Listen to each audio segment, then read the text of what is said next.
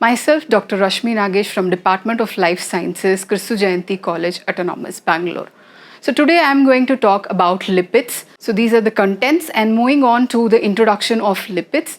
So when you talk about lipids, these are the biological macromolecules when compared to your carbohydrates, proteins and nucleic acids. These are also among the class of biological macromolecules, which plays a very important role for all the biological processes that has to happen in the living system.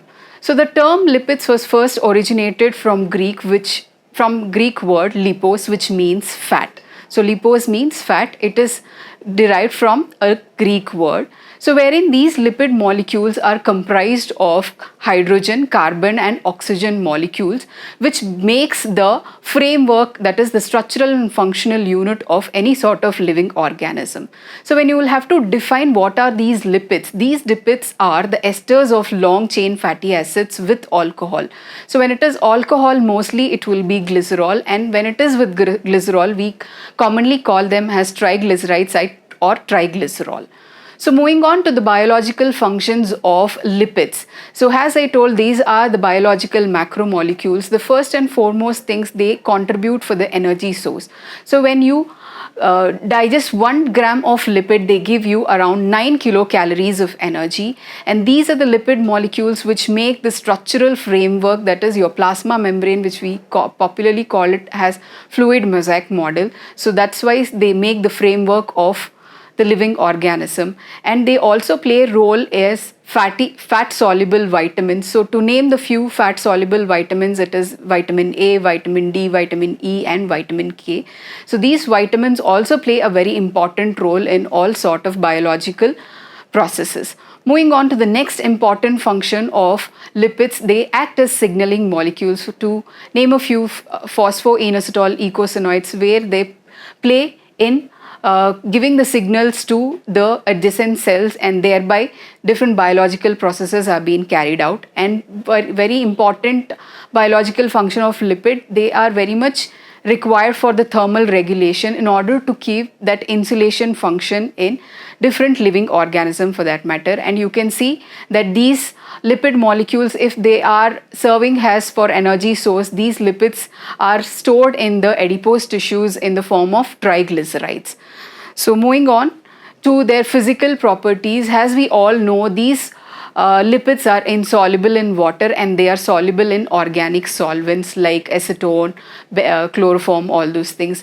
And the pure forms of lipids and oils are colorless, odorless and tasteless. So when these lipid molecules, when they undergo any sort of chemical modification, then only their color, their odor and their taste will be changed. So as I told, they contain these carbon, oxygen and hydrogen molecules, and we can also define them as the heterogeneous group of compounds mainly composed of hydrocarbons along with the alcohol molecule, which make the entire lipid, whether it could be fat or it could be oil molecules. So lipids, they play a very important role in mechanical barriers also, where they act for the defense mechanism. So these are the physical properties of lipids.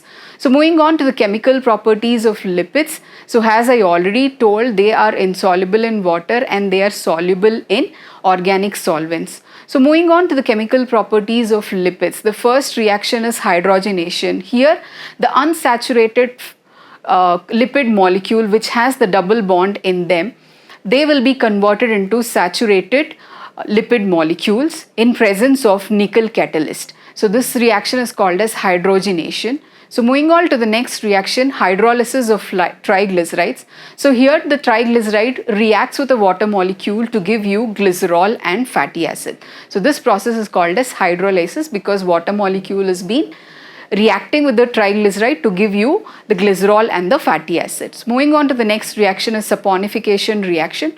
So here the saponification reaction, where the triacyl glycerol or the triglycerides, they will be hydrolyzed in the presence of alkali. So mainly it could be sodium alkali or potassium alkali. So when they undergo saponification reaction, they will be giving you the glycerol molecule along with the sodium salts, the potassium salts, which we popularly called as soap. So moving on to the next slide. it is halogenation reaction. So here the unsaturated fatty acid will be reacting with the halogen molecule. So if you can see the reaction here. Then moving on to the next reaction, that is rancidity. Here whatever the triglycerides that are there, they will be undergoing either hydrolysis or oxidation reaction to give you that unpleasant odor. So when the triglyceride reacts with in presence of the enzyme lipase, it will be giving glycerol and the free fatty acids which will be having the bad odor. Thank you.